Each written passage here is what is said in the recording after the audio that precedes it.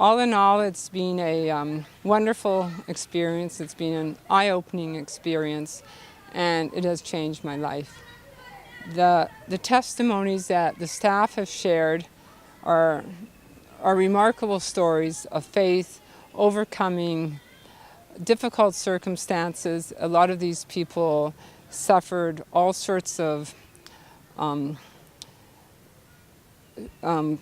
not all sorts of trauma in their lives, and through God's help, through the help of the staff here at Mukti, they have overcome these, and they have lived lives that are filled with happiness and joy and serving the Lord.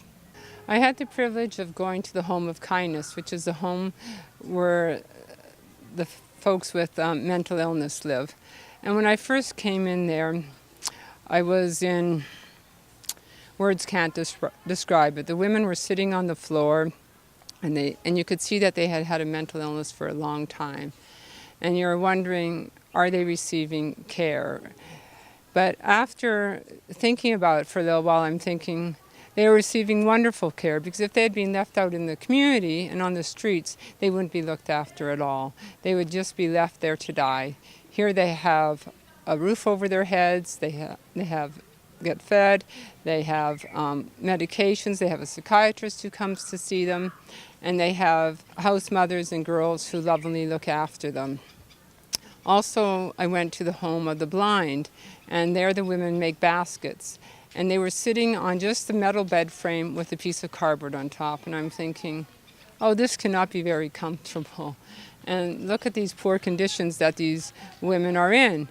But again, I had to pause and think, look at all the wonderful things they have that they didn't have in the community.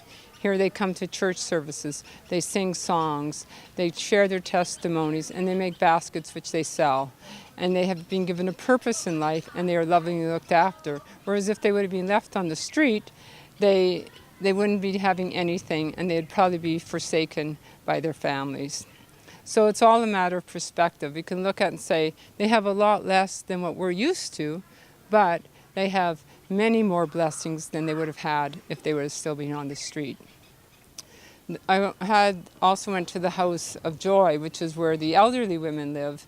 And a lot of these women had been house mothers and school teachers and had looked after the children in their younger years, and now they are retired, and some of them are having some medical conditions, and so now they live in houses and they are looked after by the younger girls. So again, the circle just continues on. First they teach, and then they are looked after by those who they have taught. I would encourage any of you who have ever thought about coming on a life team to do so, to pray earnestly to God about if this is His will for you to come out on a life team. I have gone on 6 life teams. I went 5 to Haiti, and this is my first time to India, and I have not regretted a single moment of it. They have all been eye-opening experiences of making many lasting friendships, and opening my eyes to other cultures, but other people's life stories, other people's testimonies, and it's a hard experience to explain. It's something, you have to experience it to really totally understand it. I can talk to you about it, but it's not the same as living the experience. Until you actually live the experience, meet the people who are here, live the lives they're living, talk to them, be one with them, then you totally understand. When I told some of the people in my church and at work that I was coming to India, they said, "Why India?" And I said, "Why not?" What a wonderful opportunity to learn a culture from another group of people and to actually live the way they live. And so I strongly encourage anyone who's ever considered it to seriously come on a life team with Global Aid Network. It is a life-changing moment and something you'll never regret.